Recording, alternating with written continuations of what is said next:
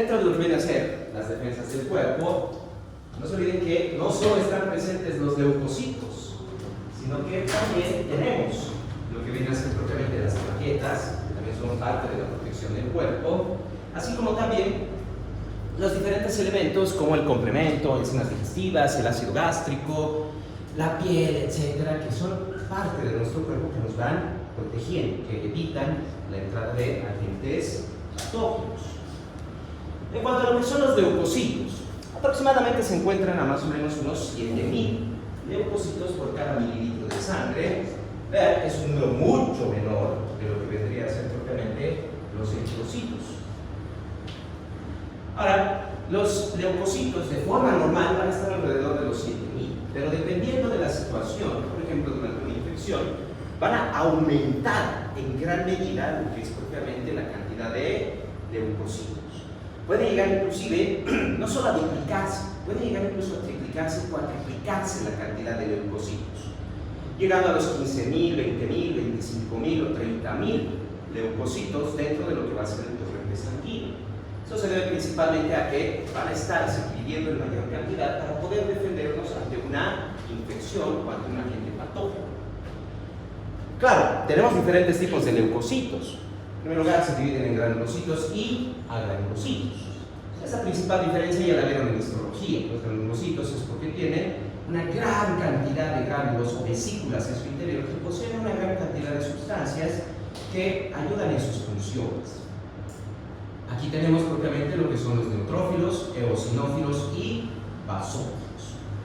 Luego tenemos los agranulocitos, que no tienen estos gránulos, pero que poseen un núcleo mucho más grande y que les ayuda propiamente a generar sus funciones, más que todo de fagocitosis. Aquí encontramos lo que van a ser propiamente los monocitos. Y por último tenemos otro grupo de leucocitos, que son propiamente los linfocitos. Dependiendo del tipo de leucocito, estará en diferentes cantidades en el cuerpo. Los más abundantes en el cuerpo, ¿cuáles son? Dije en el cuerpo, no en la sangre. En la sangre efectivamente son los neutrófilos, pero en el cuerpo son los macrófagos, o sea, los monocitos, formando lo que viene a ser el sistema macrofágico tisular, que también lo han conocido como monocítico macrofágico tisular, e incluso como el sistema retículo endotelial, que básicamente son los macrófagos que se encuentran distribuidos en todos los tejidos. Por eso les digo que son en mayor cantidad, no en la sangre, sino en el cuerpo. Hay una gran cantidad de macrófagos en todo el cuerpo, se encuentran en diferentes lugares, como inclusive la piel, donde tienen un propio nombre, los histiocitos, o propiamente lo que vienen a ser a nivel del hígado, las células de Kupffer. En varios lugares tienen sus propios nombres. Se distribuyen ampliamente por los tejidos, donde permanecen vivos por meses, esperando la llegada de algún agente patógeno u otras sustancias que estos puedan ir destruyendo. Y no solo agentes patógenos, células que van muriendo, por ejemplo, son los macrófagos los que se encargan de ir eliminando sus residuos para evitar cualquier tipo de situación que se pueda generar a partir de estos. Ahora, dentro del torrente sanguíneo, sí, los neutrófilos, que representan alrededor del 62% del total de los leucocitos, seguidos propiamente por lo que van a ser los linfocitos, un 30%. Luego, los monocitos y macrófagos, un 5.3%. Cabe resaltar, pero que en la sangre casi generalmente solo encontramos monocitos, muy poco macrófago.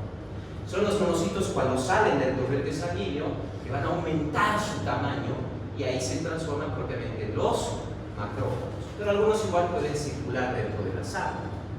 Luego están los eosinófilos, más o menos un 2.3%, y los basófilos, un 0.4%.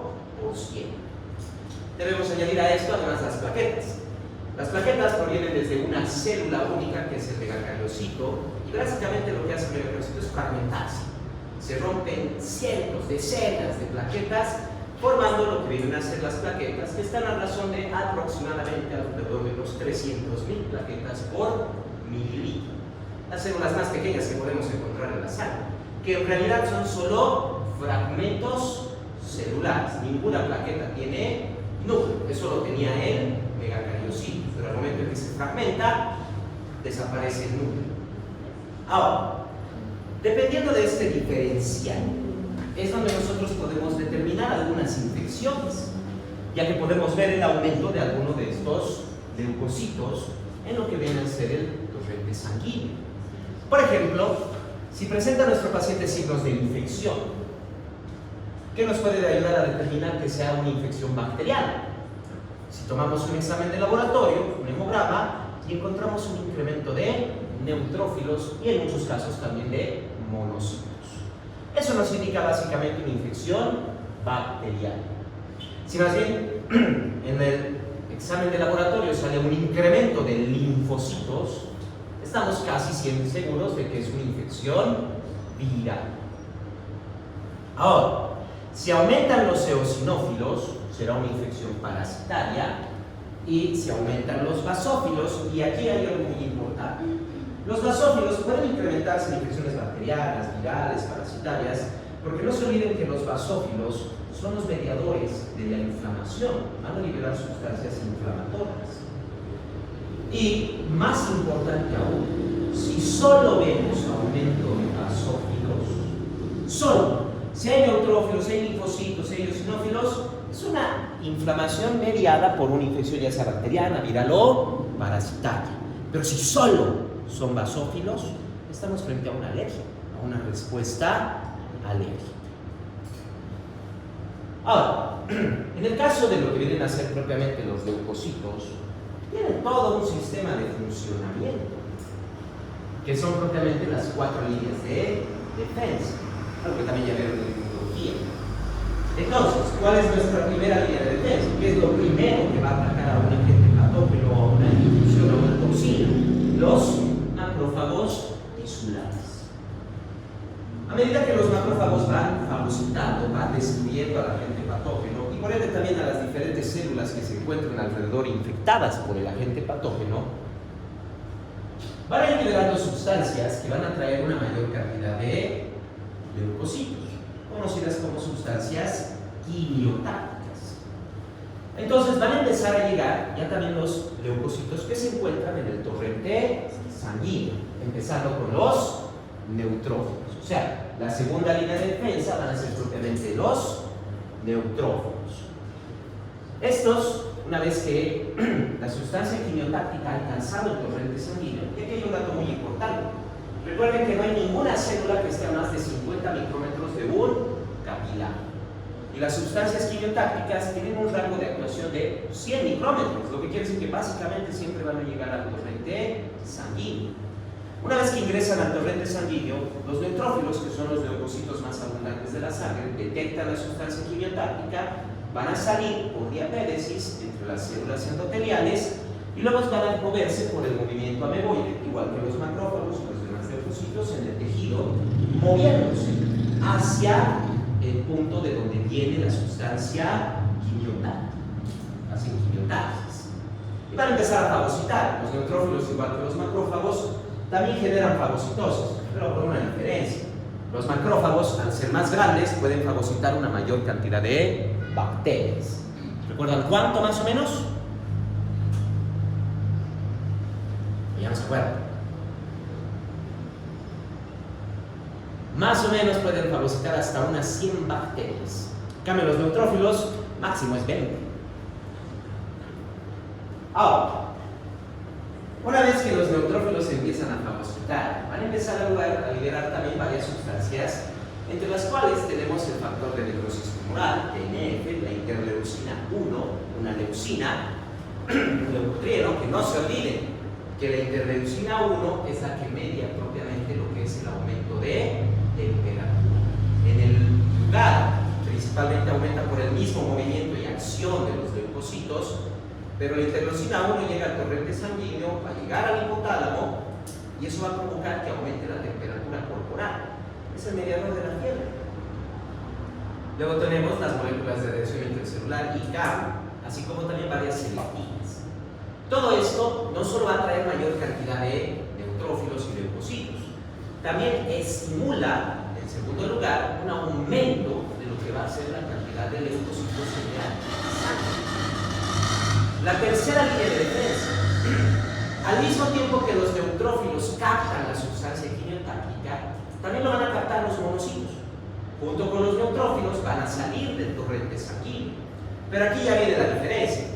Los neutrófilos continúan su camino hacia el punto de infección para iniciar su trabajo de fagocitosis. En cambio, los monocitos todavía se van a quedar en el tejido, no van a avanzar, porque el monocito primero tiene que transformarse en macrófago. Entonces se van a ir los neutrófilos, los monocitos van a empezar a crecer, van a transformarse en macrófagos y recién van a moverse al punto de infección para generar fagocitosis. Esa va a ser la tercera línea de defensa, una segunda invasión de macrófagos. Y como les decía, se está liberando el ICA1, las selectinas, una gran cantidad de sustancias que van a estimular la producción de mayor cantidad de leucocitos, que va a ser nuestra cuarta línea de defensa, una leucocitosis.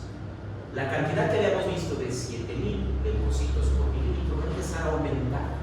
9.000, 10.000, 15.000, 15.000, 17, 18, una gran cantidad. Esto es para empezar a generar una mayor respuesta leucocitaria, facilitar lo que es la fagocitosis, la detoxificación, así como también propiamente mediar lo que es la inflamación y contener el agente patógeno. Este proceso toma unos 3 a 4 días para que puedan madurar completamente todos los leucocitos. Y puede durar en algunos casos inclusive meses o años. O sea, la leucocitosis puede ser bastante larga dependiendo de la cantidad de estos mediadores y factores de crecimiento que se van a ir liberando con el proceso infeccioso. En toda infección, en toda respuesta leucocitaria, siempre ocurren dos procesos que son normales. Primero, inflamación. La inflamación se genera en primer lugar una vasodilatación. Esto va a permitir entonces que haya una gran salida de líquido del espacio vascular al espacio intersticial, o sea, un aumento de la permeabilidad capilar. Al mismo tiempo, van a liberarse sustancias que van a empezar a coagular el líquido alrededor de las células. O sea, el líquido intersticial va a empezar a coagularse, va a empezar a endurecerse. Al mismo tiempo, van a empezar a llegar los leucocitos. Ya sabemos, primero macrófagos, luego neutrófilos, otra vez macrófagos, y luego van a empezar a llegar los demás leucocitos, eosinófilos, basófilos, incluso al final los linfocitos. Esto va a generar un aumento no solo del volumen de líquido, sino en la cantidad de células en el tejido. Junto con la coagulación, esto hace que el tejido se ponga extremadamente duro, lo que viene a ser la tumefacción. Y estos 5 procesos son los que van a generar entonces lo que es propiamente la tetradolescencia. ¿Cuál es? La tetradolescencia. Lo que nos ayuda a determinar si es una inflamación o no. Como no han visto. ¿Cuál es? ¿Ya?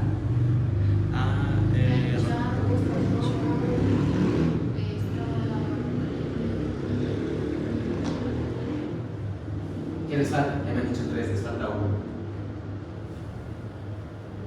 Aumento de volumen. Pero es como parecer una infección, ¿no? Inflamación. Toda inflamación tiene 4 signos principales. Inflamación o aumento de volumen, temperatura, enrojecimiento, dolor. Eso. Pero los términos propiamente son humor, rubor, dolor, calor. No se olviden. Primero, el rubor, o sea, el aumento de la coloración, es básicamente la vasodilatación. A medida que se genera vasodilatación, hay mayor flujo de sangre, lo que hace que el área se torne más roja. Gracias a el edema, junto con la coagulación y propiamente los leucocitos que van a estar aumentando su cantidad, vean lo que tenemos aquí.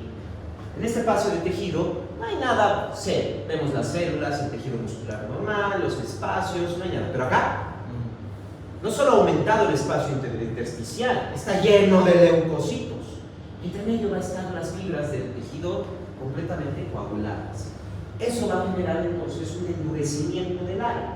No solo vamos a tener lo que viene a ser el rubor, ahí viene el tumor.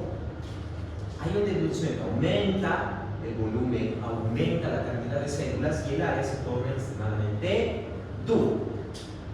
Ahora, junto con esto, no se olviden, hay una gran cantidad de metabolismo aquí. Los leucocitos están completamente fagocitando los monocitos, los neutrófilos, van a entrar incluso los demás leucocitos generando bastantes productos para ir liberando. Todo esto necesita energía. La energía proviene del ciclo de Krebs, donde no se olviden que el 50% de la energía va a ser para generar ATP y el otro 50% para generar calor.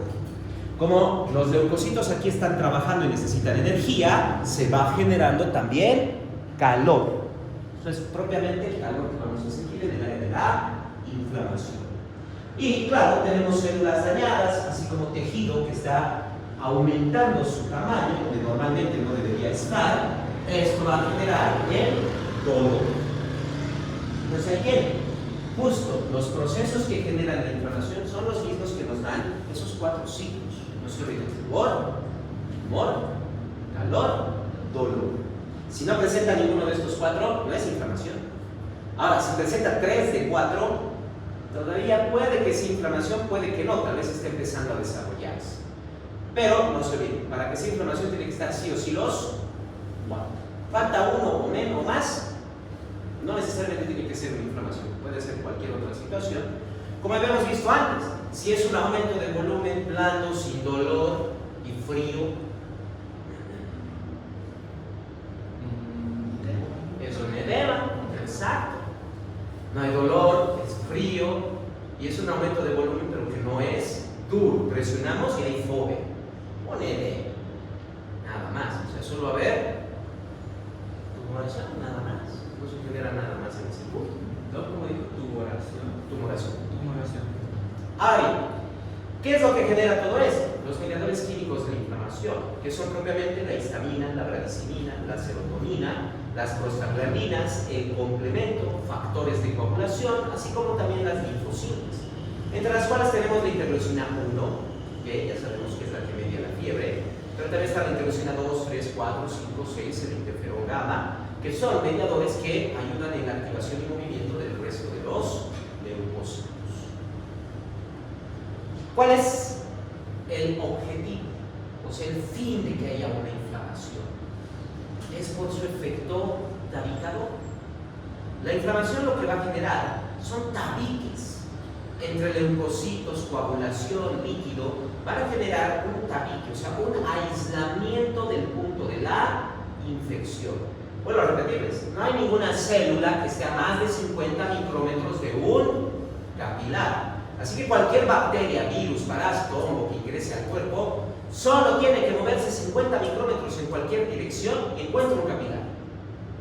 Y va a entrar al capilar. Y eso es una infección sistémica, mucho más peligrosa. Por lo tanto, esa es la principal medida que vamos a tener para evitar la inflamación. La inflamación genera propiamente un punto de tabique donde la infección no va a poder moverse. El agente patógeno no va a poder alcanzar un torrente sanguíneo, no va a poder alcanzar los capilares, nada. De esta manera es como prevenimos lo que son unas infecciones sistémicas gracias al efecto tabicador de la inflamación. Claro, de inicio la inflamación siempre va a tener buen funcionamiento, pero ¿qué pasa si es un exceso de inflamador? La inflamación va a ser más severa, puede generar inclusive ya lesiones dentro del mismo tejido. Pero, no se olviden, el objetivo de la inflamación es siempre aislar, contener al agente patógeno. El otro producto común que se genera en toda infección es el resultado del accionar de los mismos leucocitos. A medida que los leucocitos, principalmente los macrófagos y los neutrófilos, van fagocitando, no se olviden que van a ir generando productos de desecho. Y cuando alcanzan su límite, en el caso de los macrófagos alrededor de las 100 bacterias y en el caso de los neutrófilos alrededor de las 20, pues una vez que alcanzan este límite no les queda de otra a estos leucocitos que morir. porque ya no tienen más energía, ya no pueden generar más función. Entonces, dentro del punto de la infección, principalmente en la parte central, vamos a tener una acumulación de líquido, restos celulares, proteínas, así como también carbohidratos, enzimas, una gran cantidad de desechos. Todo esto tiene un nombre. ¿Alguien sabe?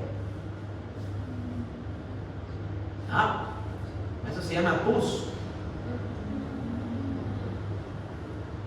Igual, toda infección siempre tiene estos dos procesos de forma normal: inflamación y formación de pus.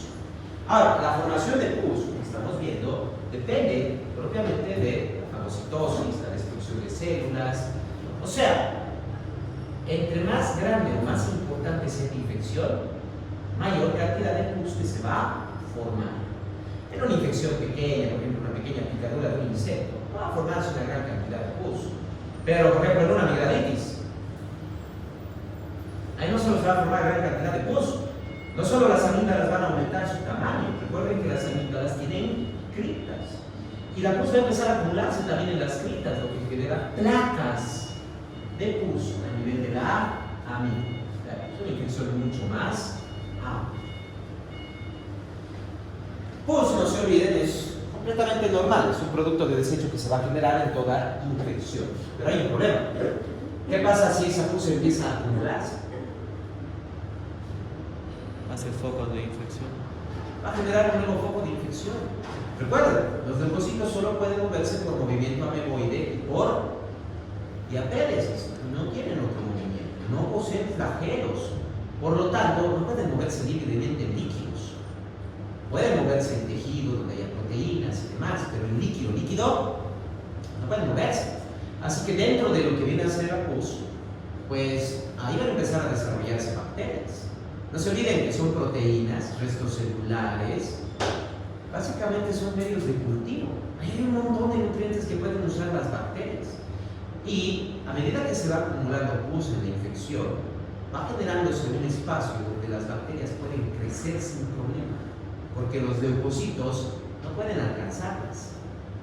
Eso nos va a generar un nuevo punto de infección y lo conocemos con el nombre de absceso. ¿Cómo tratamos un absceso? Exacto. Antibiótico. Drenarlo. Aunque el paciente esté con antibiótico, el absceso no tiene vascularización. El antibiótico no va a alcanzar tampoco a llegar. Sí o sí hay que drenar un absceso. De hecho, y lo van a escuchar muchas veces en especial de cirugía, absceso drenado, absceso curado. Estamos quitando ese medio de cultivo. Nada más. A veces los abscesos son bastante grandes, así que no basta con solo drenarlos una vez. Habría que dejar inclusive un drenaje. O sea, no basta con ingresar y sacar la pus una vez.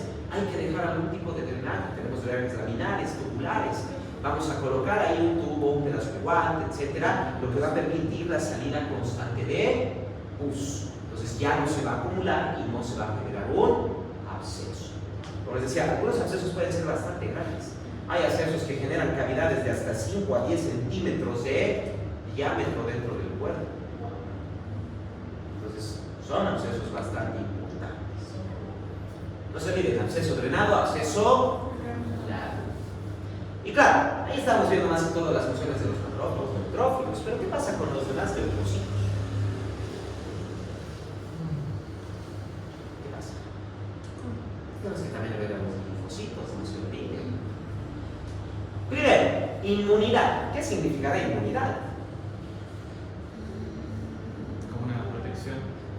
¿Protección de qué? Pero protección ya son los leucocitos, etcétera y demás. Algo más tenemos que hablar en esto. La capacidad de defensa de la inmunidad. Vamos por ese lado. En primer lugar, inmunidad es parte de las funciones de los leucocitos, sí. Pero recuerden algo importante. Cuando ya están actuando los macrófagos y neutrófilos, ya estamos en infección, ¿verdad? Ha fallado la inmunidad. ¿Por qué les digo? Porque inmunidad significa resistencia a la infección. Entonces, si ya se ha generado infección, ya superó la inmunidad. La inmunidad es justamente prevenir que se genere una infección. Eso es inmunología, es propiamente el estudio de todos los mecanismos que tenemos que previenen que se generen infecciones en el cuerpo. De tal manera que tenemos dos tipos de inmunidad: la inmunidad innata y la inmunidad adquirida. La inmunidad innata ya es propiamente la defensa propia que tiene el cuerpo en contra de que se desarrollen infecciones. Ahí, como podemos ver, primero tenemos la fagocitosis. ¿A qué se refiere pero la fagocitosis? Se supone que esto ya es parte de los mecanismos cuando hay una infección, pero aquí estamos hablando de algo que previene infecciones. Se refiere a lo que viene a ser propiamente y lo que van a ver en inmunología, lo que van a ver en epidemiología y también lo van a ver hasta en medicina social, porque es parte de estos términos, lo que viene a ser la carga viral y patogenicidad. Si ingresa una bacteria al cuerpo, ¿será capaz de generar infección? Si ingresan 10, ingresan 10.000. Exacto. Una bacteria, rápidamente la va a atrapar un macrófago. La va a fagocitar, no va a permitirle generar una infección. Pero si ingresan unas 10.000 o 100.000 bacterias, eso sí, en histología lo han visto como las unidades formadoras de colonias. Lo van a ver también propiamente en microbiología. De hecho, en microbiología, siguiente semestre, ustedes van a hacer cultivos, allá en el laboratorio de microbiología, van a hacer cultivos bacterianos, van a ver las cantidades de bacterias, van a cuantificar las cantidades de unidades formadoras de colonias. Y de hecho, no solo van a hacer eso, incluso van a hacer las pruebas de antibiograma. Porque tenemos los discos de antibióticos para ver qué antibiótico puede matar esa bacteria. Nos van a tener varias pruebas. Y aquí tenemos que ver lo que es eso, la carga viral, la patogenicidad que tienen las bacterias. A veces una, dos no es suficiente. Tenemos los fagocitos, tenemos macrófagos en la piel. Ingresa a través de una pequeña parte de la piel, digamos, una bacteria, 2, 3 bacterias. Los macrófagos, los histocitos de la piel, los van a matar, los van a eliminar. Están en los alveolos, están en lo que viene a ser la conjuntiva, están en la mucosa oral. Así que bacterias van a ser eliminadas. Solo grandes cantidades de bacterias nos van a poder infectar. Luego tenemos las enzimas digestivas. No todos los agentes patógenos sobreviven al ácido gástrico y a las enzimas digestivas. Pocos lo van a hacer. Eso también ya nos defiende de muchas infecciones. La resistencia de la piel. No se olviden que en la piel tenemos estafilococo y estreptococo. Hay bacterias. Por eso cualquier lesión, cualquier herida, un arañazo, etcétera, tiene que ser adecuadamente tratado. Tiene que limpiarse. De lo contrario, esas bacterias van a entrar y van a infectar. Van a generar una infección. En la sangre tenemos lisocimas, que son capaces de destruir las membranas de muchas bacterias o virus. Además, también tenemos polipéptidos básicos, que son bactericidas, el complemento y los linfocitos NK o citotóxicos naturales. Estos linfocitos son de ataque celular. De hecho, los linfocitos NK o citotóxicos naturales es simple. Si una célula es propia del cuerpo y no tiene ningún tipo de problema, la deja vivir, la deja vivir, la deja en paz. Pero el momento en que ve algo raro en una célula o el momento en que encuentra algo que no es del cuerpo, lo elimina, así de simple. Lo elimina. Dispara antes de preguntar, así de simple. Eso hacen los linfocitos NK. De hecho, estos son los que nos ayudan mucho en lo que viene a ser incluso la prevención de tumores. Porque encuentran y detectan una célula tumoral, está dañada, alterada y la destruyen. Ahora, hay veces en que algunas de estas células por fuera no se ven mal y por eso el linfocito no le hace nada y sigue creciendo y es lo que puede desarrollar tumores, cáncer, etcétera, etcétera. Y por último, luego tenemos la inmunidad adquirida. En la inmunidad adquirida, a diferencia de la innata es con lo que nacemos, ya nos defiende. La inmunidad adquirida también nacemos con esto, pero no está activa. Tenemos que activarla. También se conoce como inmunidad adaptativa, porque nos vamos adaptando a las infecciones. Y esto se genera gracias a dos linfocitos, el linfocito T y el linfocito B, que nos van a dar inmunidad humoral, que es mediante el linfocito B, quiere decir el ataque químico. Esto es mediante la formación y liberación de inmunoglobulinas o anticuerpos. Y la celular, que es el linfocito T, que es de ataque celular, de destrucción. una forma de linfocito T, no se olviden, es el linfocito LK. Pero a diferencia de este linfocito T, los diferentes que vamos a ver, estos no están activos, solo se van a activar cuando se reconoce al patógeno. En cambio, el NK está libre en el cuerpo y ni bien ve algo extraño lo va a destruir. Ni bien ve algo extraño lo destruye. Es lo que van a hacer. Pero ¿qué buscamos para generar una inmunidad activa? ¿Qué es lo que va a activar la inmunidad? Lo que va a mover a los linfocitos. El contacto. ¿Pero qué de la gente patógena? Cuando ingresa un patógeno que no sea, ya no tiene historia. ¿Pero qué está buscando? Antígeno. Eso. El antígeno es lo que tienen que encontrar, no el agente patógeno, sino las proteínas, los proteoglucanos que tienen en sus membranas o incluso en algunos casos dentro de la célula. Y a veces no solo vamos a reconocer antígenos propios de bacterias o virus, podemos encontrar antígenos de diferentes formas. Una forma de antígeno, por ejemplo, viene a ser propiamente algunas moléculas como toxinas, el toxoide tetánico, por ejemplo. ¿Cómo reconocemos un antígeno? En primer lugar, inmunología. Una característica tiene que presentar un antígeno. Por ejemplo, la mayor histocompatibilidad.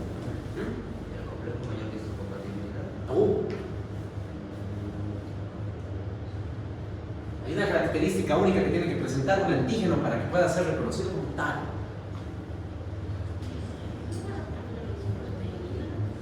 Que con esto van a entender inclusive lo que les decía la semana pasada de los antígenos E, C, de minúscula y los otros 16 antígenos del sistema RH. Para que una molécula sea reconocida como antígeno, tiene que tener un peso molecular, una masa molecular específica mínima. ¿De cuánto es?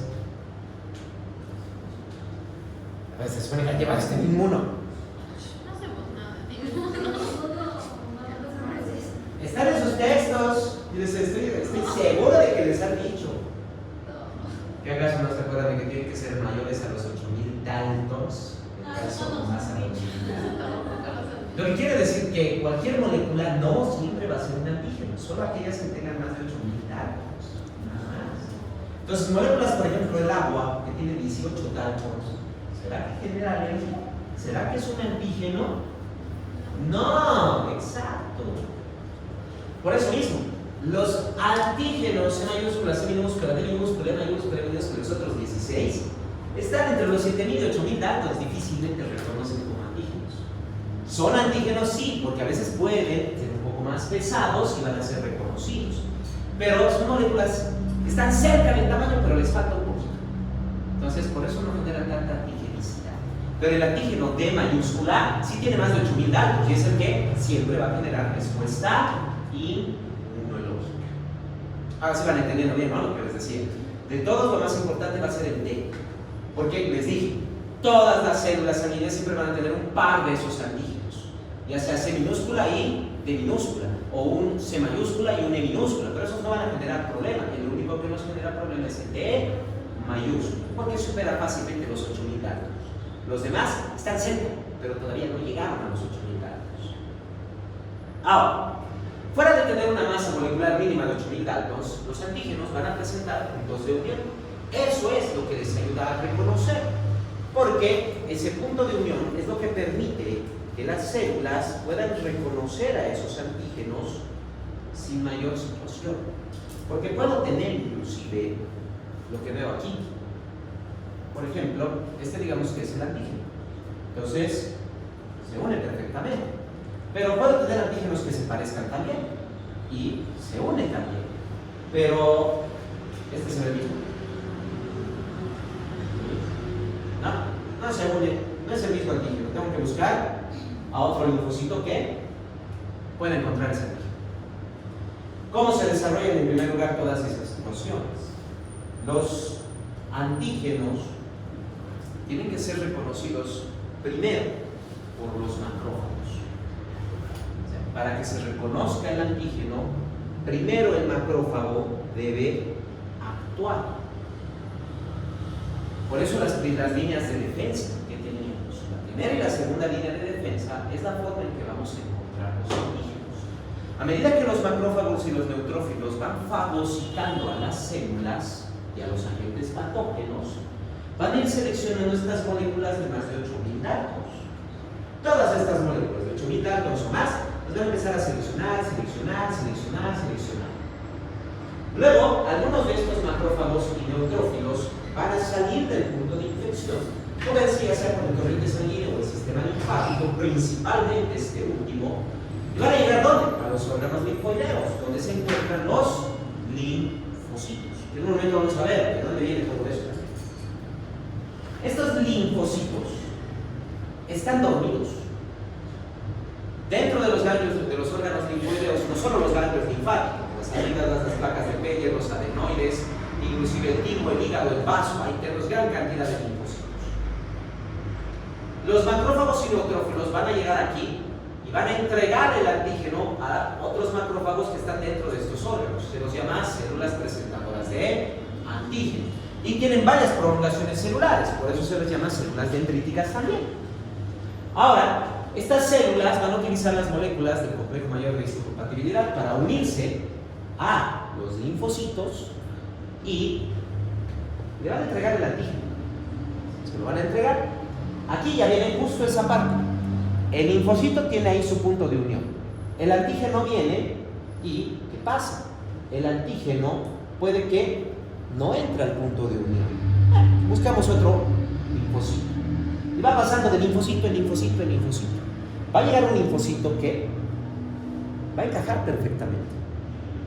Una vez que ese linfocito se une a ese antígeno, esta proteína, este receptor que esté en la membrana del linfocito, va a activarlo al linfocito. Va a activar todas sus funciones enzimáticas, va a activar todo su metabolismo. Ese linfocito entonces va a empezar a reproducirse. Claro, no es división celular, es clonación celular. Se van a empezar a clonar los linfocitos. Generalmente, el linfocito T es el primero en activarse. Y el linfocito T va a empezar a activar a todos los demás linfocitos que tengan la misma reconocimiento de antígeno, incluyendo a los linfocitos B. Algunos de estos linfocitos T y linfocitos B van a solo clonarse y se van a mover a los demás órganos linfoideos. En estos órganos van a seguir clonándose definitivamente. Son células de memoria.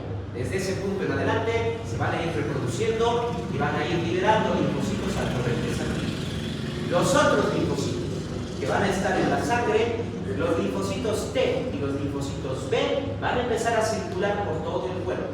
Los linfocitos T inclusive salen del torrente sanguíneo, se mueven al tejido, vuelven por el sistema linfático para volver a la sangre y empiezan a circular en todo ese punto. Los linfocitos B van a empezar a producir anticuerpos, inmunoglobulinas, que son 5. Inmunoglobulina G, A, D, E, I, E. Ahora, cada inmunoglobulina va a ser específica para ese antígeno. Cada linfocito T es específico para ese antígeno. Así que donde ven el antígeno, lo destruyen. Los linfocitos T van a destruir a la célula y todo lo que esté adherido a esto. Los linfocitos B van a liberar anticuerpos. Ya sabemos lo que hacen los anticuerpos cuando encuentran los antígenos, ¿verdad?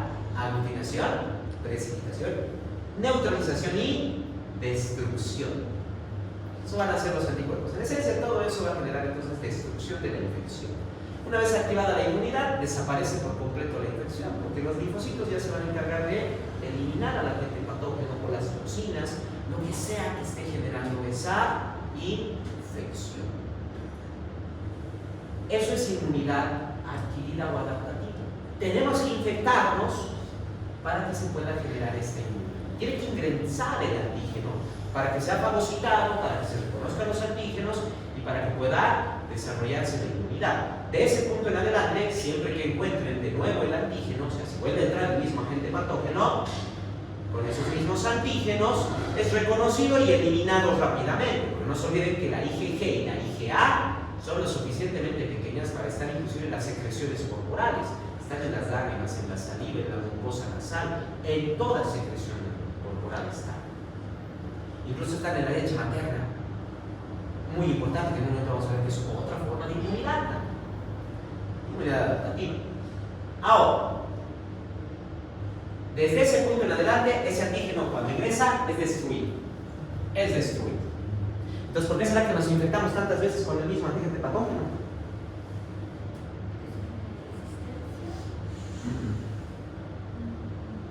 ¿Por qué será que? ¿Qué? ¿Por qué será que?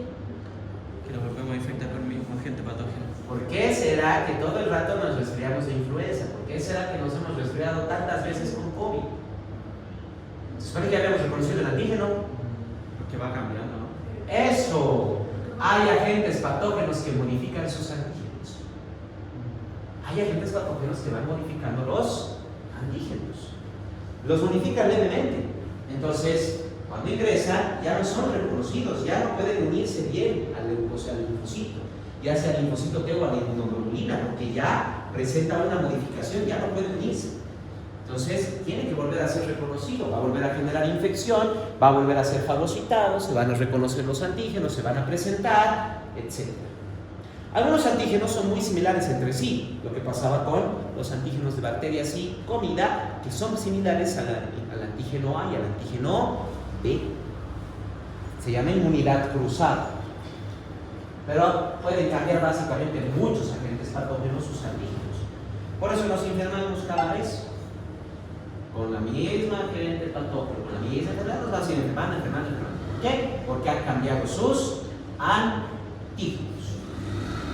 Pero de igual manera que los agentes patógenos tienen esa capacidad para modificar sus antígenos, nuestro cuerpo tiene la capacidad, nuestro sistema inmunológico, de poder detectar una gran variedad de antígenos, aunque nunca existieran o nunca los hayamos visto por esos antígenos. El reconocimiento de antígenos para el sistema inmunológico proviene de unos 200 fragmentos de genes. Fragmentos de genes que durante el periodo embrionario fetal se van a agrupar aleatoriamente. Digamos que fueran grupos de 3. Eso es 200 por 200 por 200. Son 8 millones de combinaciones distintas. Pero no termina ahí. Hay múltiples combinaciones. No solo de A3, de A4, etc. Estos fragmentos de genes entonces van a generar un reconocimiento de millones de diferentes tipos de antígenos. Así que, en primer lugar, todos los leucocitos vienen de las mismas células, de la célula hematopoyética pluripotencial. De aquí van a salir 3 células principales: las unidades formadoras de colonias de eritrocitos, que van a dar a los eritrocitos, las unidades formadoras de colonias de leucocitos y las unidades formadoras de colonias de megacariocitos, es donde van a venir las plaquetas. De los leucocitos, pues van a venir todos los leucocitos, granulocitos, monocitos, linfocitos, todos van a venir de estas células. Ahora, los linfocitos se producen principalmente durante el periodo embrionario fetal. Es durante el periodo embrionario fetal que estos 200 fragmentos de genes van a combinarse aleatoriamente y van a generar el reconocimiento de antígenos. Durante este proceso, obviamente, se pueden codificar antígenos que son también del cuerpo. Ahí es donde va a haber un procesamiento de los linfocitos. Los linfocitos se van a mover al timo y a la médula ósea y al hígado. Ahí se les va a mostrar a toditos los linfocitos que se van produciendo todos nuestros antígenos propios. Linfocito que reaccione, linfocito que debe ser destruido. Tiene que ser destruido, porque si no se lo destruye, ¿qué va a provocar? Esa es la causa de las enfermedades autoinmunológicas. Ahora, una vez que los linfocitos han sido procesados, se mata una gran cantidad de linfocitos, menos de la mitad, incluso menos de la cuarta parte de los linfocitos que se han producido en el periodo fetal quedan vivos para el momento del nacimiento. Todos esos linfocitos se van a ir a los órganos linfoideos y ahí se van a quedar dormidos hasta que venga un macrófago y les presente el antígeno. Eso es de por vida. Quiere decir que para el momento del nacimiento ya tenemos codificados todos, y me refiero a absolutamente todos los antígenos que vamos a reconocer durante toda nuestra vida. Así que para el momento del nacimiento de nuestros órganos linfoideos ya tenemos determinado contra qué enfermedades vamos y podemos desarrollar inmunidad. Claro, puede que algunos de esos antígenos nunca los crucemos. Puede que algunos de esos antígenos ni siquiera existan cuando nacemos.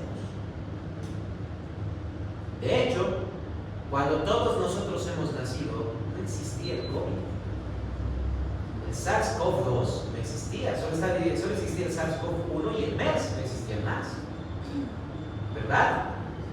Pero, cabe la casualidad, no casualidad, cabe la biología pura, que dentro de nuestro sistema ya teníamos los antígenos del COVID. Ya estaban codificados, ya estaban ahí. Como ven, ya nacimos con defensa contra un virus que ni siquiera existía todavía. Y quién sabe cuántas otras antígenos tendremos reconocidos que no existen todavía, pero que podrían aparecer en algún momento. Eso es lo que nos ha salvado de que toda la población esté buena. Que ya teníamos esa inmunidad. Pero no se olviden, para que se active tiene que haber infección. Nos tenemos que adaptar, tenemos que adquirirla, no es innata, no es de hielo, no es innata. Así es como se va a ir desarrollando la inmunidad, así es como se va generando esa resistencia que van a generar los linfocitos. Ahora, aquí también hay un punto importante que tenemos que ver. Como les decía, generalmente, ¿cuál es el linfocito T? El linfocito que se activa es el linfocito T, ¿verdad? Primero, pero tiene un nombre, se lo llama linfocito T colaborador. De hecho, uno de los que generalmente se activa es el linfocito T colaborador, conocido como el TSD4. Ahora, ¿qué hace este linfocito? Es el que va a liberar las linfocinas para activar a los demás linfocitos, a los citotóxicos, a los supresores, a los linfocitos B. El VIH. Realmente la naturaleza de ratos genera cosas extremadamente interesantes. El VIH infecta específicamente al linfocito T colaborador. Por eso desarrolla inmunodeficiencia. O sea, tómenlo como policía. Los policías están en los cuarteles de la policía, están en sus centrales. ¿Y quién los llama? Una central de radio, ¿verdad? Que los va a coordinar. Lo que hace el VIH es destruir la estación de radio. Así que los policías van a poder salir, van a ver dónde tienen que ir. No, exactamente, eso pasa. El VIH destruye a este. Y sin él, no hay nada más. Así de específico es el VIH. Destruye al linfocito T colaborador, principalmente TSD4, que es el más activo y el que desarrolla propiamente la actividad de los linfocitos T citotóxicos y de los linfocitos B. Eso hace el VIH, por eso genera inmunodeficiencia, porque destruye específicamente al T colaborador. Por eso hay inmunidad. No es porque acabe por completo con la inmunidad, sino porque evita que podamos activarla. No es que no la tengamos, está, pero ya no la podemos activar. Ya no podemos activar. Bueno, eso es lo que hacen los linfocitos. En resumen, de lo que tiene que ver en inmunología para la salud. Por eso ya no les he preguntado, porque toda esa parte ya es lo que están avanzando, lo que van a avanzar en las siguientes semanas. Veremos algunas patologías que se generan con los leucocitos. Primero, la leucopenia. O sea, básicamente es disminución de leucocitos. Bueno, leucocitos en total. O sea, es como tener una ciudad sin policías. El crimen por todo lado. Y eso es lo que va a pasar. En las leucopenias, las bacterias, virus, hongos, parásitos, por todo lado, están generando infecciones sistémicas. No hay nada que los contenga, no hay nada que los detenga. No se olviden que ni siquiera en este mundo podría haber inflamación. Porque si no tengo basófilos, ¿de dónde van a salir los mediadores químicos de la inflamación? ¿Verdad? Nada. Eso significa leucopenia. Facilidad de infecciones. Por otro lado, sabemos que puede haber un aumento de leucocitos hasta 4 veces lo normal durante infecciones, en especial severas. Pero si aumenta más de eso, sin infección, eso ya sería un crecimiento metastásico de linfocitos, ¿verdad? De leucocitos. A eso conocemos con el nombre de leucemia. O sea, un crecimiento errático y sin control de los leucocitos, una forma de cáncer. Hay diferentes tipos de leucemia. Tenemos las leucemias linfoides o linfocíticas o linfoblásticas, donde el crecimiento depende solo de linfocitos. Y tenemos las leucemias mieloides o mieloblásticas, donde vamos a encontrar ya sea leucemias neutrófilas, basófilas, eosinófilas o monocíticas, dependiendo cuál es el linfocito que esté en mayor cantidad. Si encuentro, por ejemplo, signos y síntomas de tumor, veo básicamente los exámenes, estoy viendo marcadores tumorales, veo una placa de gota gruesa de sangre, cuento leucocitos y me encuentro que hay un 90% de neutrófilos, una leucemia neutrófica, ¿verdad? Ahora, se las clasifica por la diferenciación en aguda y crónica. La crónica toma hasta 10 a 20 años en desarrollarse en primer lugar. Una pequeña pausa aquí, para que entendamos bien lo que es un cáncer. Les voy a explicar de forma rápida lo que es un cáncer y los efectos que tiene en el cuerpo. Recuerden que las células normalmente pueden reproducirse. Incluso, ¿vieron esto en la embriología y genética? A medida que van creciendo los tejidos, hay límites químicos, ¿verdad? Genéticos y químicos, que le dicen a unas células, hasta aquí te reproduces, de aquí en adelante tiene que haber otro tejido. Tú solo hasta aquí. Pasa. Ahora, las células normalmente van a reproducirse para recuperar tejido dañado, para reemplazar células que hayan muerto con la edad, con el tiempo, etc. Pero ¿qué pasa si una célula empieza a reproducirse rápidamente? Nos va a generar un tumor. A eso llamamos neoplasia, una tumoración. Aquí va a haber dos puntos. El tumor, o son células maduras pero que se reproducen constantemente, o son células inmaduras que solo se reproducen. Ahí está la variación entre un tumor benigno y un tumor maligno.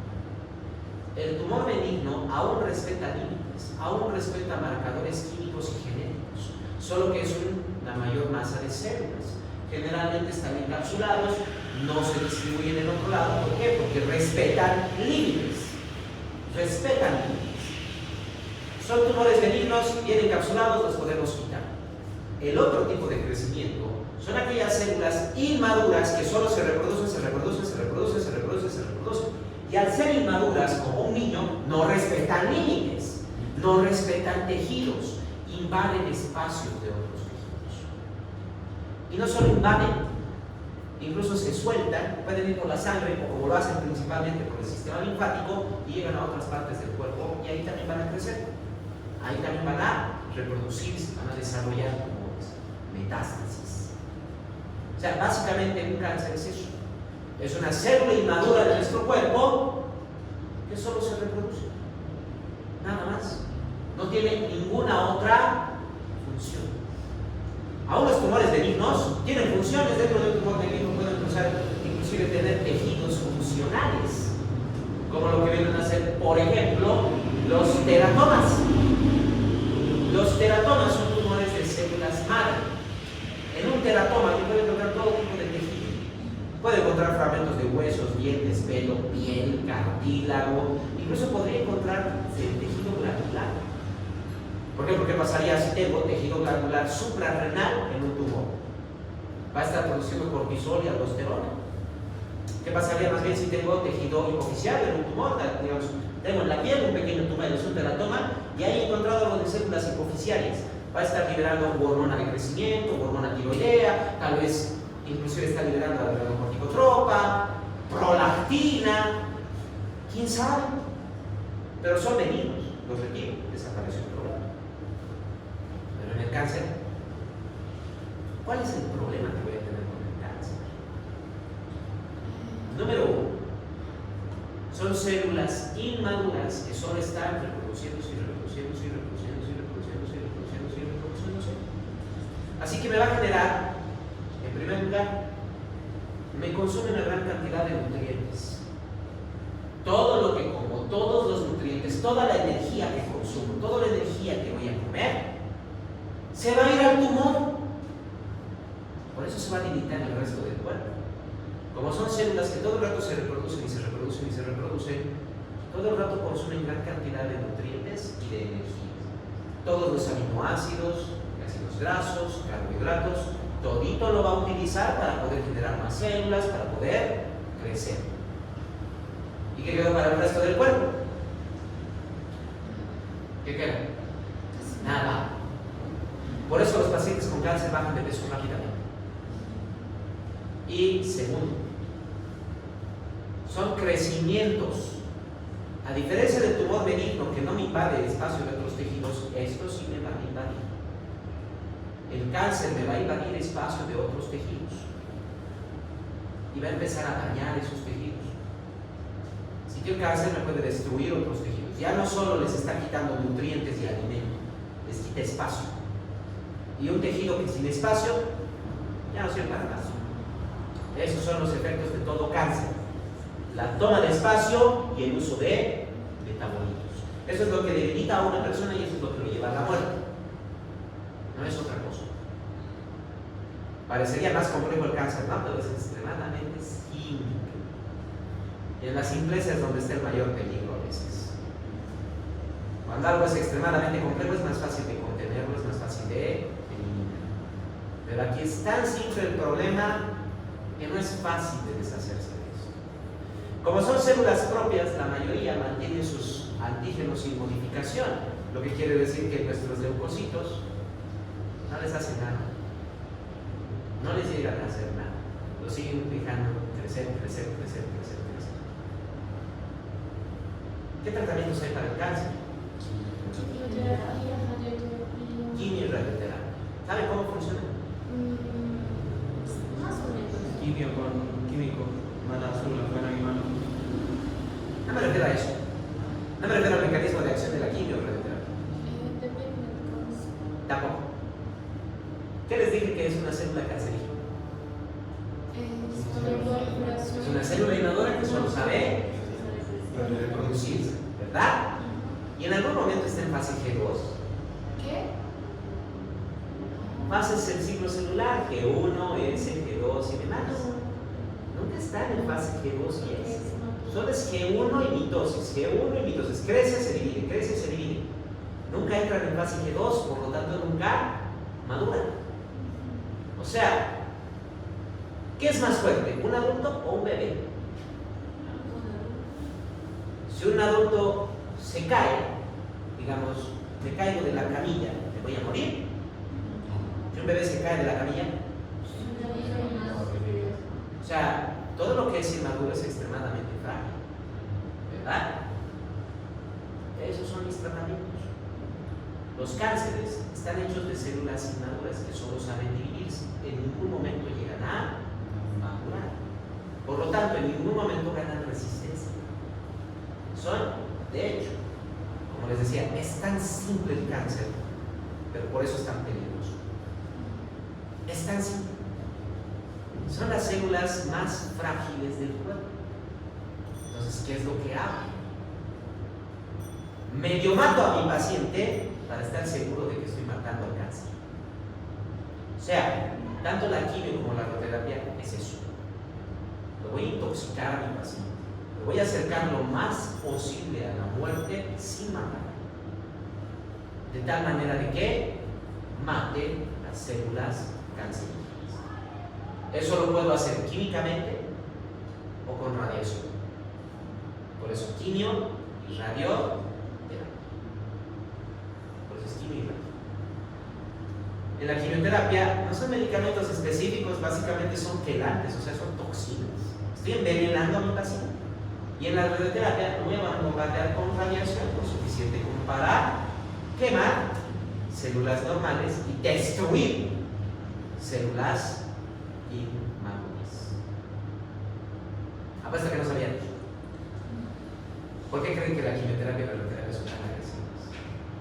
Es porque básicamente estoy llevando a mi paciente lo más cerca que puedo de la muerte. Por eso se genera tanta toxicidad, por eso se genera tanta lesión. Y por lo mismo, no puedo hacerlo en una sola vez. Porque si trato de hacerlo en una sola vez, voy a matar a mi paciente. Por eso lo tengo que hacer fragmentado.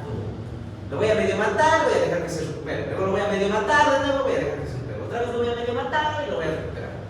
Eso es lo que hago. Ahora entiendo por qué la quimio y la radioterapia es tan agresiva. ¿Por qué es tan fea para los pacientes? Porque realmente estoy queriendo matar, estoy intoxicándolo. Por eso también hay que tener mucho cuidado. Si el sistema metabólico de mi paciente o su propia carga genética no permite que metabolice bien la toxina, tengo que tener cuidado con esa quimioterapia, porque la dosis que a otras personas no les va a matar, a este paciente sí lo puede matar, porque va a ser demasiada la dosis. Entonces tengo que tener mucho cuidado, tengo que saber. Segundo, también tengo que saber en qué momento usar quimio y en qué momento usar radioterapia. La onda de la radiación, eso también tengo que tomar en cuenta. Recuerden que es radiación, quema. Entonces la radioterapia en primer lugar, nunca se hace radioterapia en cabeza, cuello o tronco. Porque cualquier tumor que esté ahí profundo, si yo quiero alcanzarlo con radiación, digamos un tumor de timo, si yo quiero alcanzarlo con radiación, voy a calcinar la piel y el esternón, porque va a ser tan fuerte la onda de radiación para penetrar hasta el timo que voy a quemar, voy a calcinar la piel. Por eso nunca en áreas gruesas o cuando el tumor es demasiado profundo. Solo cuando los tumores son lo suficientemente superficiales se hace radioterapia entonces en extremidades y en pelvis. Nada más. Y claro, en extremidades siempre y cuando el tumor no esté profundo. En leucemia, ¿voy a usar radioterapia? No, porque para que la radiación logre alcanzar la médula ósea, voy a calcinar la piel. E incluso tal vez calcine el periósteo también, porque el hueso es bien resistente a la radiación. Entonces, en leucemia yo no uso quimioterapia. Todo tumor que sea en cabeza, cuello o tronco es solo quimioterapia. Cambio, extremidades, pelvis, puede ser radioterapia, o si ya tiene metástasis, directamente me voy a la quimioterapia. Y en leucemia, jamás radioterapia, solo quimioterapia. Y claro, en varias dosis para tratar de eliminarlo. Siempre que podamos extraer el tumor, también lo vamos a hacer. Si podemos extraer las células cancerígenas y de ahí hacer solo quimioterapia para eliminar cualquier célula que se pueda haber quedado, mucho mejor. Hay tumores que se pueden operar, hay tumores que no se los puede operar. Yo no voy a poder sacar un tumor del cerebro en primer lugar, en especial uno que esté en ganglios basales. No voy a poder sacar un tumor que esté en el bulbo raquídeo. O lo mato a mi paciente o saco el tumor. No hay nada, no hay opciones. Esa opción no existe. Si toco el bulbo raquídeo, lo estoy matando a mi paciente, es que no puedo. No puedo hacer eso. Entonces ahí solo utilizaré terapia, en este caso quimioterapia, si es bulbo raquídeo, para poder destruir ese tumor. Así que para la leucemia, ¿qué tengo que hacer? ¿Quimio o radio? Quimio. Y después de que termine de eliminar todas esas células, ¿qué voy a hacer? Porque tengan en cuenta algo. Todas esas células me han estado invadiendo tejidos. Uno de los tejidos que más van a invadir es la médula ósea. En una leucemia van a desaparecer las unidades formadoras de leucocitos y de plaquetas. Toda la médula ósea se va a llenar de leucocitos. ¿Qué tengo que hacer después de eliminar todo eso? Trasplante de médula, exacto. Tengo que dar otra vez estas células normales al paciente. No van a venir de otro lado. Entonces le hago un trasplante de médula ósea. Así se trata la leucemia. Pero, ¿cuáles son las más peligrosas? Las leucemias agudas, no las crónicas.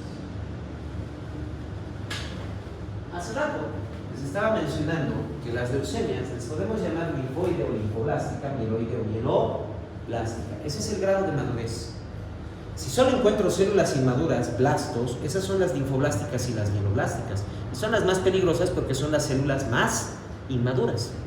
En cambio, las leucemias linfoide o mieloide son células más maduras.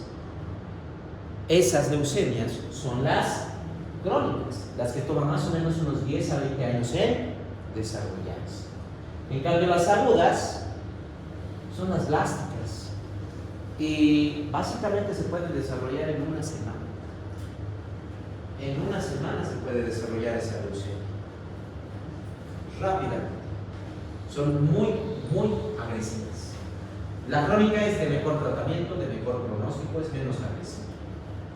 Pero la aguda es más peligrosa. Rápidamente se desarrolla. Rápidamente. Dudas que tengan con las leucemias. Y bueno, básicamente con los cánceres. Ya después en oncología ya van a ver cómo encontrar los cánceres, los estadios, saber exactamente los tratamientos, qué tipo de quimioterapéutico y demás que se va a utilizar. Es más agresivo porque son células humanas y no respetan los resultados. Sí, es que están en constante división. Al menos las agudas crónicas sí llegan a madurar y no son tan agresivos esos cánceres. Pero sigue siendo un crecimiento metastásico del tejido. Sigue consumiendo una gran cantidad de metabolitos. Ahora un tumor benigno, si es lo suficientemente grande, es peligroso. ¿Por qué? Porque consume metabolitos. Doctor, es por la metástasis que algunas veces no se encuentra la raíz del cáncer. Es que, ¿cómo vas a encontrar 4 o 5 células? No sabemos dónde están. Sí, Cuando el tumor es lo suficientemente grande, tenemos marcadores con radioisótopos que los podemos ver en resonancias, tomografías y podemos encontrar dónde está el tumor.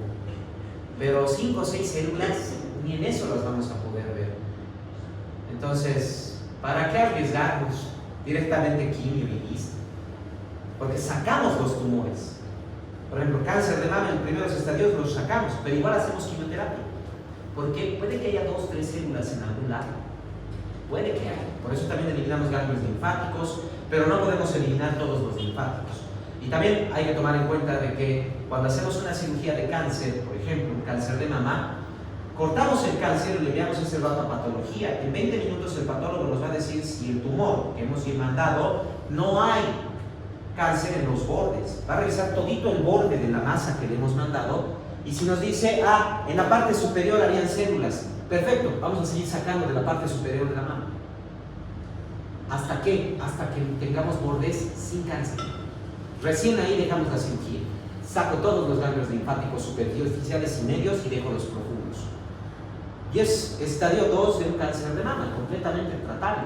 Pero tengo que hacer esa resección, no he hecho una mastectomía, solo he sacado un fragmento. Y luego lo voy a tener en quimioterapia porque incluso durante la cirugía, como me dijo el patólogo, que habían unas células en un borde, al hacer ese corte ha habido sangrado y ahí se han despedido tejidos. Entonces no estoy seguro si ya se ha movido a otro lado una célula o ahí yo he dejado células que se han caído por la sangre, el sangrado que había. Como no estoy seguro, mejor le hago quimioterapia para matar esas pocas células que puedan haberse quedado. Entonces siempre vamos a hacer cirugía y quimio o radioterapia. Lo mismo es en el cáncer de cuello. Hacemos la conización, quiere decir tomamos el tumor y lo sacamos y luego vamos a bombardear la zona con radiación durante varias semanas, bueno, varios meses. Para estar seguros, no podemos estar completamente seguros. Nada más. Hay tumores que son bien agresivos, hay tumores que no son tan agresivos. Hay tumores que inclusive años crecen muy poquito, fáciles de sacar, extirpar y demás. Por ejemplo, el cáncer de próstata. Si se hacen los controles constantemente, no pasa más allá de una cirugía prostática y punto. No pasa más allá de eso. Pero como la mayoría no se hacen controles, llegan ya con estados elevadísimos de metástasis y demás. Mucho riesgo. Todo depende de ese estadio. Nada más. Por eso, tienen que hacerse controles constantes. Otra duda que tengo con los cánceres. O sea, yo sé que no es parte del tema, ni del temario, ni que lo vayan a ver en otros momentos hasta noveno semestre que tienen de oncología, pero ya tienen una idea de lo que es el cáncer y demás, cómo funciona y los tratamientos que hacemos. Otra de las alteraciones que tiene nuestro sistema inmunológico, y que afecta a muchos. Las alergias. Estábamos viendo hace un momento que muchos de los antígenos están en las paredes bacterianas, virales, parásitos, y demás. Pero ¿y qué pasa si más o menos una molécula del antígeno?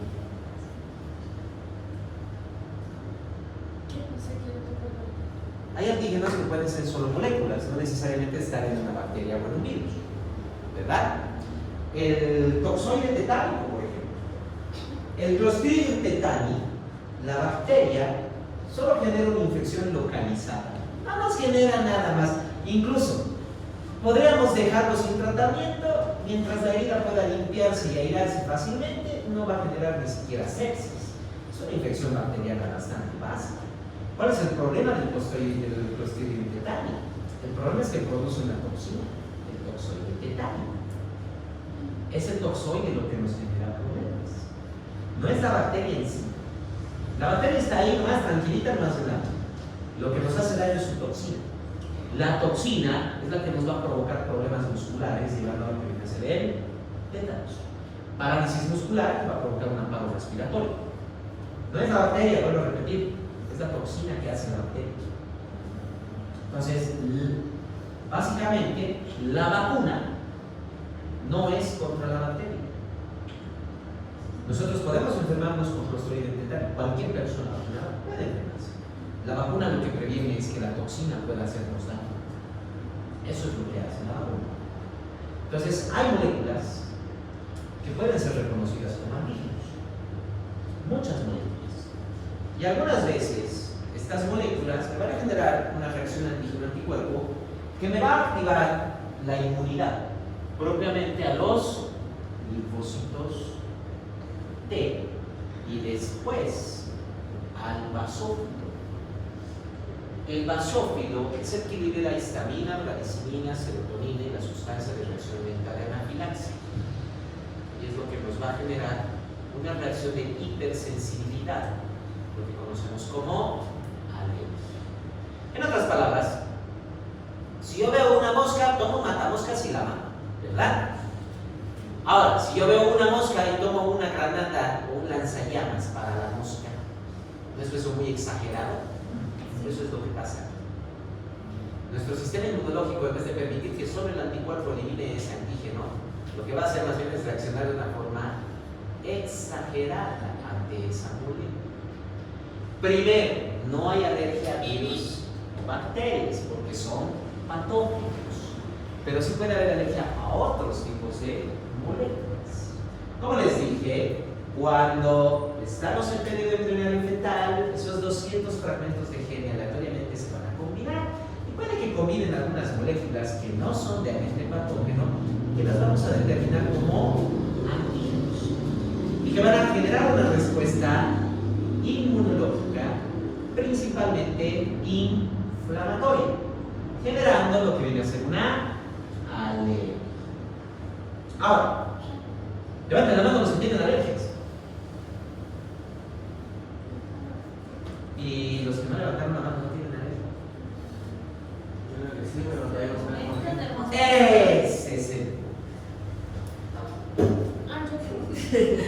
Técnicamente hablando, todo ser humano con sistema inmunológico puede que tenga una alergia. O sea, la probabilidad estadística es bastante alta. Ahora, ¿por qué no ha desarrollado alergia? Fácil, porque no se ha encontrado con su alergeno. Puede que su alergeno no esté cerca, puede que su alergeno esté al otro lado del planeta, puede que su alergeno esté 10 kilómetros bajo tierra, o puede que su alergeno ni siquiera esté en este planeta. Puede que su alergeno esté en el espacio. Sí, puede que nunca se vaya a encontrar con su alergeno. Pero también hay otras personas que tienen la mala suerte de encontrarse con su alergeno todos los días. Todos los días. Todo depende de cuál sea la alergia. Entonces hay múltiples moléculas que pueden ser determinadas como alergenos. Algunas moléculas son directas, como el polen, etc. Otras moléculas pueden provenir de alimentos, no de forma directa, sino por metabolismo. Puede que el hígado metabolice algunas sustancias de algunos alimentos o de algunas sustancias y el metabolito es algo que nosotros encontramos la alergia porque lo reconocemos como un antígeno y se va a activar la alergia. Dos formas de alergia. Tiene que haber activación de qué? De basófilo. No se olviden que los basófilos, así como los macrófagos o los linfocitos B, pueden aumentar de tamaño y aumentar sus capacidades.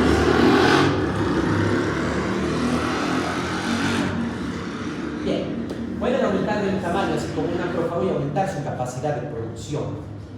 Y el basófilo se transforma en mastocito. Y el mastocito, adivinen qué, el basófilo solo vive unos cuantos días. El mastocito puede vivir meses, porque como es más grande, tiene mayor capacidad de resistencia, puede vivir mucho tiempo.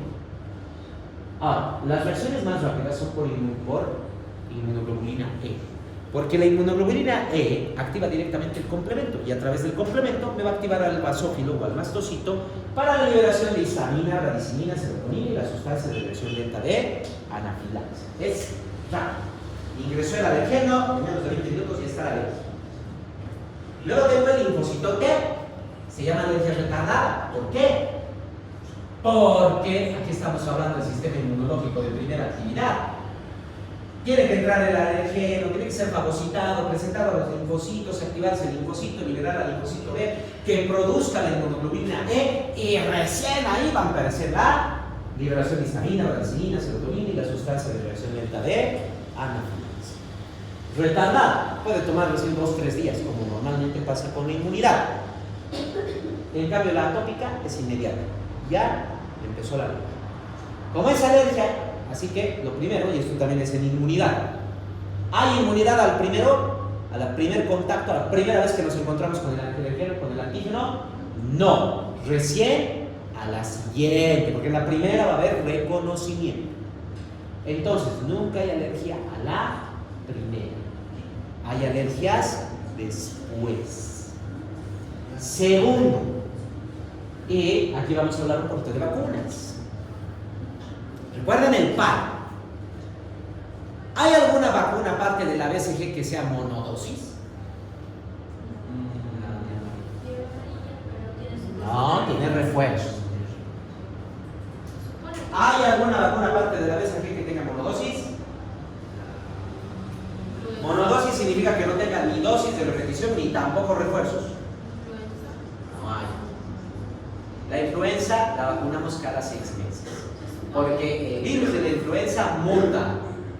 Entonces, la vacuna de hace 6 meses no tiene los mismos antígenos que la vacuna que ahorita tenemos. Se supone que la Johnson de COVID.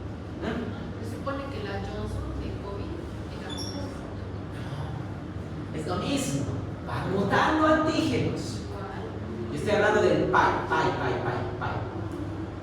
Porque esas son vacunas permanentes. No estoy hablando de las otras vacunas. Las vacunas del COVID, de la influenza, no están dentro del SPAI. Son vacunas que se administran cada 6 meses de forma. ¿Por qué? Porque esos antígenos van variando. ¿Bien? Las vacunas son enfermedades o agentes patógenos que nunca han cambiado hasta ahora sus antígenos.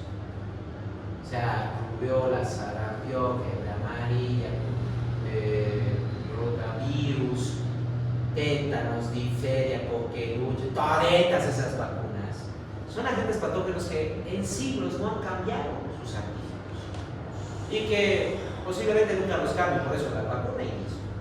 Pero entonces se preguntarán, ¿por qué tantas dosis?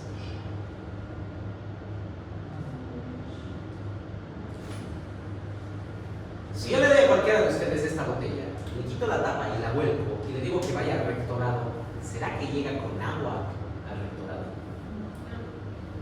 Exacto, ahí está mi primer problema en la vacuna. Recuerde que para que active la inmunidad tiene que reconocerse el antígeno. Yo pongo la vacuna en el hombro y supongamos que mi linfocito que reconoce ese antígeno está en los ganglios inguinales. Va a llegar hasta ahí el macrófago con suficiente antígeno, porque recuerden que aquí no va a haber mayor producción de antígenos. Las vacunas están hechas solo de 2 maneras: o son agentes patógenos destruidos, muertos, o son agentes patógenos inactivos, quiere decir que no pueden reproducirse. Hay una cantidad limitada de antígenos. Hay una cantidad limitada. Por eso también hay que tener mucho cuidado con las vacunas. Son proteínas. Si las exponemos al sol, se van a destruir. Por eso tienen que estar refrigeradas, no tienen que ser calentadas, ni tampoco tienen que estar expuestas al sol. porque son antígenos, son proteínas. Si las expongo o las caliento, las destruyo y ya no sirven para nada. Por eso las múltiples dosis, porque garantizo que el linfocito va a poder activarse. Segundo, a medida que aumenta la cantidad de antígenos que ingresan, aumenta la respuesta inmunitaria. Por eso también los refuerzos. Porque puede que si me han vacunado en 6 meses, para mis 5 años, puede que mi cantidad de anticuerpos ya está disminuyendo. Entonces, otra vez voy a encontrar el antígeno para volver a subir los anticuerpos y que no haya ningún problema. Eso va a pasar aquí. Entre más me encuentre con mi alergeno, más respuesta inmunológica voy a tener. Y ahí vienen 4 alergias. O sea, 4 formas de respuesta alérgica: la urticaria, la rinitis o fiebre de enero, el asma y la anafilaxia. Esto puede ser progresivo. Claro, hay personas que su sistema inmunológico reacciona de tal manera, pero tan bien, que entran directamente en la anafilaxia. Pero hay otras personas que van de a poquito, porque cada vez va aumentando la respuesta inmunológica, porque cada vez generan mayor cantidad de anticuerpos. Entonces, urticaria, localizado a nivel de la piel, mediado principalmente por histamina, bradicimina y serotonina. Va a haber, gracias a la histamina y bradicimina, la inflamación que habíamos visto, enrojecimiento del área, edema, y además la serotonina me va a activar a las terminaciones nerviosas y va a aparecer el escozor. Urticaria. Rinitis o fiebre de enero, misma respuesta de la urticaria, mediada de la misma manera, pero a nivel de la mucosa nasal. Enrojecimiento, va a haber edema, solo que en la piel el edema se nota fácilmente porque es epitelio queratinizado, pero en la mucosa nasal no es, el líquido va saliendo. Lo que va a generar entonces no es un edema, lo que va a generar es flujo nasal constante. Y claro, si en la piel me generaba escozor, la serotonina aquí también me va a generar escozor, pero aquí no me va a picar, aquí se va a activar gracias a eso el reflejo del estornudo. Eso es fiebre de enero. Más abajo, ahí ya viene el asma. Aquí ya empieza a secretarse sustancia de reacción lenta de anafilaxia. Ahora, lo mismo, voy a tener área enrojecida, va a empezar a salir líquido, pero ahora no es flujo nasal, ahora es líquido que empieza a llenarse en los bronquios. Y si aquí era estornudo y aquí era escozor, ¿aquí qué va a ser? Tos, el reflejo de la tos. Ahora, la sustancia de reacción lenta de anafilaxia no solo es vasodilatador, también es broncoconstrictor. Así que va a cerrar la luz del bronquio, que va a estar con líquido, y básicamente mi paciente, en vez de respirar tranquilamente, ahora tiene un menor espacio para respirar, generando las sibilancias. Ese es el asma. Por último, ahora tengo una gran cantidad de mastocitos en todo el cuerpo. Voy a liberar las sustancias de reacción lenta de anafilaxia en todo el cuerpo. Voy a liberar histamina, bradicimina y serotonina en todo el cuerpo. Mi paciente va a tener manchas rojas por todo el cuerpo, flujo nasal, estornudos, tos, y lo más peligroso de todo, una reacción con la sustancia de reacción lenta de anafilaxia a nivel sistémico me produce una vasodilatación masiva, lo que provoca caída completa de la presión, o sea, pérdida del gasto cardíaco. Mi paciente entra en shock. No es lo único. Ya no voy a tener solo una disminución del bronquio, sino que se va a cerrar el bronquio. No solo mi paciente acaba de desmayarse porque no tiene buen flujo de sangre, no respira. Ese es el shock anafiláctico. Y si no hago algo en 20 minutos, mi paciente se va a asfixiar. Porque su bronquio está cerrado y no tiene presión arterial, no tiene flujo de sangre. Eso es la anafilaxia. En 20 minutos muere el paciente. En esos casos hay como disminución de las probabilidades de poder intubar, ¿no? ¿Cómo lo vas a intubar? Si, aunque lo intubes, Claro, no va a haber paso, pero aquí quería llegar. ¿Hay algún tratamiento que pueda revertir eso como rápidamente? claro que hay. Adrenalina, ¿no? Primero, para la alergia tenemos dos formas de medicación: los antialérgicos y tengo también los corticoides y la adrenalina. Primero, para urticaria y rinitis Como son respuestas solo de histamina y bradicinina, adivinen qué, aquí que voy a utilizar. Antihistamínicos, antialérgicos, nada más. Está solo mediado por histamina y bradicinina, así que para urticaria y artritis me sirve perfectamente el antihistamínico. Pero ojo, son solo medicamentos que me detienen el efecto de la histamina, no es que estén en contra de la alergia. La reacción alérgica va a desaparecer en 24, 48, 72 horas porque los eosinófilos se encargan de eliminar los antígenos, los alergenos.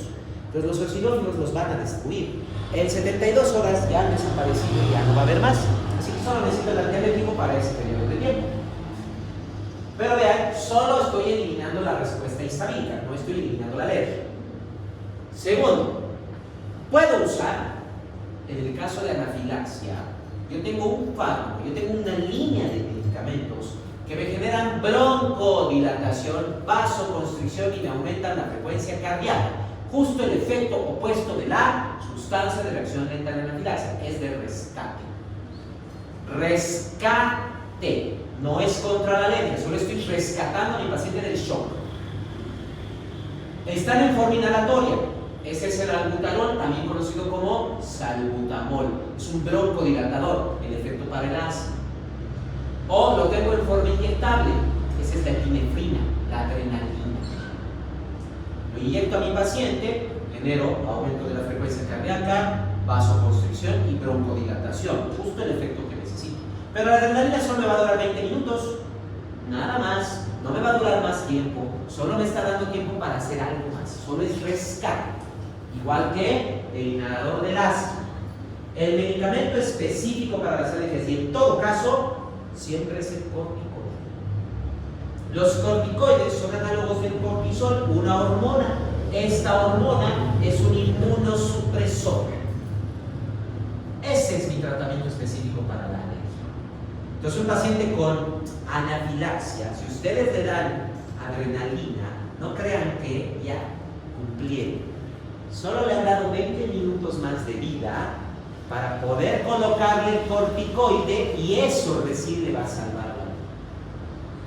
Porque en 20 minutos va a desaparecer el efecto de la adrenalina y en 25 minutos va a estar muerto mi paciente porque otra vez va a haber cierre de la vía respiratoria y caída de la presión.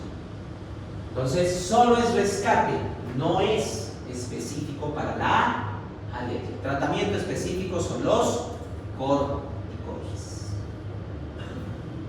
Por 3 días tiene que tener el corticoide de mi paciente y ahí estoy seguro que no va a tener más problemas. Esas son las alergias.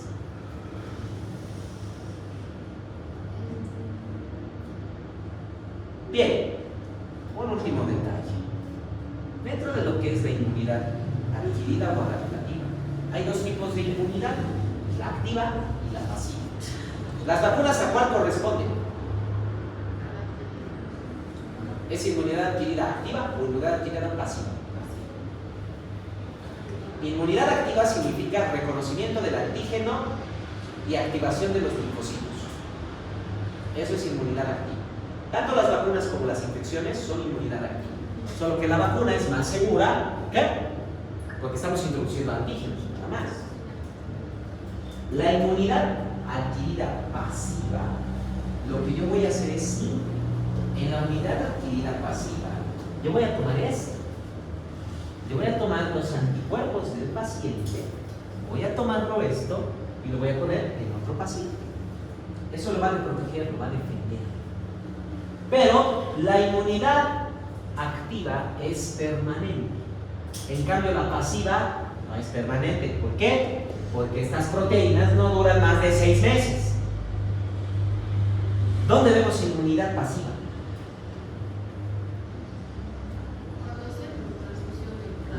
No, constantemente, todo el tiempo. Todos nosotros hemos vivido por eso.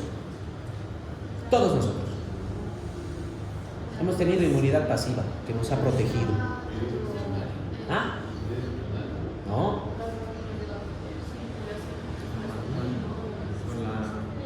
¿Al nacimiento? Después de eso. Exacto. ¿Qué les dije? La inmunidad G y la inmunidad A están en todas las secreciones, inclusive en la leche materna. Mientras estamos en periodo de lactancia, estamos siendo protegidos de infecciones por las infecciones que nuestra mamá ya ha luchado. Por eso también toda mamá que está enferma con un resfrío, ningún médico le dice que deje de lactar. No, que le siga dando leche a su bebé, a menos que sea una mastitis, ahí no, porque eso es leche descompuesta. Pero si está resfriada, etcétera, siga dando de lactar a su bebé, porque las defensas que usted está desarrollando le está pasando a través de la leche a su bebé y lo está protegiendo. Lo está protegiendo. Es inmunidad pasiva. Por 6 meses nos han protegido nuestras mamás. Bueno, mínimo 6 meses, el periodo de lactancia hasta más, hasta los 2 años, pero algunos solo llegaron a los 6 meses, pero hemos sido protegidos ahí. Ahora, otra forma de inmunidad pasiva, justo lo que estaba diciendo, el transcurso de la transfusión de plasma. La transfusión de plasma, estamos moviendo anticuerpos. ¿Recuerdan? Lo vimos también en la anterior clase. Movimiento de anticuerpos. Lo que quiere decir, y es lo que hemos hecho en el COVID, pacientes que se habían recuperado de COVID, tomábamos su sangre y les poníamos el plasma de su sangre a otros pacientes, de tal manera de que este nuevo paciente tenga anticuerpos que deben empezar a destruir al COVID, y eso va a facilitar que desarrolle su propia inmunidad. Eso es lo que hacemos. Eso es inmunidad pasiva, cuando pasamos anticuerpos, y activa cuando desarrollamos los anticuerpos. Bien, ese es el resumen de inmunología. Espero que les sirva. De hecho, les tiene que servir para fisiología. Espero que les ayude para inmunología. ¿Dudas o preguntas? ¿Dudas? ¿Preguntas? Así que ya saben, los que no tienen alergias, no es que no tengan alergia, es que muy probablemente no se han encontrado con su alergia. Y eso de que la alergia se puede desarrollar, digamos, por ejemplo, antes no tenías alergia al huevo y luego sí. Nuevamente, ¿por qué las múltiples dosis de vacunas? Puede que el linfocito que reaccione ante esa molécula no esté en el sistema digestivo, esté tal vez en los ganglios cervicales, en los ganglios ópticos, tal vez en los adenoides. Va a tomar tiempo en que se encuentre. Va a tomar tiempo. Entonces una persona puede consumir algún alimento, alguna sustancia durante mucho tiempo y no tener problema. Porque además, tal vez lo consumía de a poco y era muy poquita la cantidad de antígeno. Y tal vez de repente algún día comió en exceso, mucho antígeno, y se encontró al linfocito. O sea, no es que lo desarrolla recién, sino que recién encuentra la alergia. Exacto. Les he dicho, ya al momento del nacimiento, así como ya tenemos programados nuestros linfocitos, todas las enfermedades a las que vamos a tener resistencia en nuestra vida, también ya están programadas nuestras alergias. Si no la desarrollamos, es porque no hemos encontrado la alergia. El momento que la desarrollemos es porque ya hemos encontrado la alergia. No es que se desarrolle de la nada. O sea, todas las personas al momento del nacimiento ya están. La única persona que puede decir no tengo alergia y realmente no la tiene, es un inmunodeprimido. Realmente no tiene esa respuesta. Pero todas las demás personas tenemos. Estadísticamente está una alergia. Pero hay personas que tal vez en su vida nunca se van a encontrar con su alergia.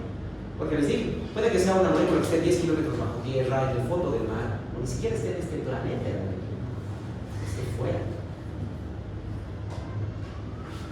200 fragmentos de genes que se unen aleatoriamente. Mínimo de A3 son 8 millones de combinaciones, y no son de A3, son más. Son más. Si son 4, son 1.600 millones de combinaciones. Imagínense, solo con el cambio de 3 a 4 se hace, se hace 1.600 millones de combinaciones. 1.600 millones de combinaciones. Eso es algo, son billones. Ahora, si fuera de A5, el número supera la cantidad de humanos en el planeta. Somos 2 billones de seres humanos, o sea, 2.000 millones de seres humanos. Y con 1.600 son 4. Con 5 estamos hablando de 320.000 millones de euros. O sea, es más que todos los seres humanos del planeta. Es una combinación, pero total. Realmente la estadística está en nuestra contra en cuanto a la que son las alergias. Y lo malo es que hay personas que ni siquiera tienen solo un alérgeno. Así como tenemos inmunidad para múltiples agentes patógenos, virus, bacterias, puede que tengamos alergias a múltiples cosas. Y claro, la mala suerte de algunas personas que se encuentran con su alérgeno todos los días. Todos los días. Y hay otras personas que cada vez se encuentran con su alérgeno. Algunos saben muy bien cuál es su alérgeno, otros un poco difícil. Las pruebas de alergia solo poseen los 70 alérgenos más comunes y conocidos, pero hay miles de alérgenos posibles. Entonces, que una prueba de alergia te diga negativo no significa que no tengas alergia, solo quiere decir que no tienes alergia a los alérgenos más comunes que hay. Pueden haber otros.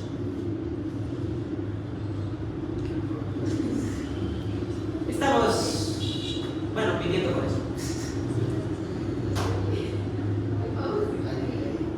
Nada, lo mismo que nos defiende de que camines por la calle, te sople el picor o el viento, de que te enfermes de algo, lo mismo que te protege de que eso no te pase, es lo mismo que te puede generar una alergia en cualquier momento. Combinaciones extrañas hay en todo lado. Hay alergias que a veces no parecerían, hay alergias que son bien comunes y hay alergias que son bien raras. Bien raras. Una alergia que todos los médicos tenemos miedo es la alergia que se genera a los aires. Aires. O sea, paracetamol, ibuprofeno, diclofenaco, ketorolaco, lo más común. Ya, ¿qué le doy a mi paciente para fiebre si es alérgico a los medicamentos que le bajan la fiebre? Por eso tenemos mucho problema ahí los médicos. Es bueno, le tengo que bajar la fiebre y es alérgico, así que tome su corticoide y aquí tiene su paracetamol. No me quedaría de otra. Pero al ser inmunosupresor y es una laringitis, tengo el riesgo de que al darle el corticoide pase a una bronquitis o neumonía. Así que antibiótico más. Y vean, para cualquier otro paciente hubiera sido solo tome este paracetamol, mañana va a estar mejor. Para este paciente va a ser tome su paracetamol, le voy a inyectar corticoide y va a tomar este antibiótico porque no quiero que pase neumonía, porque lo voy a ir en un en vez de uno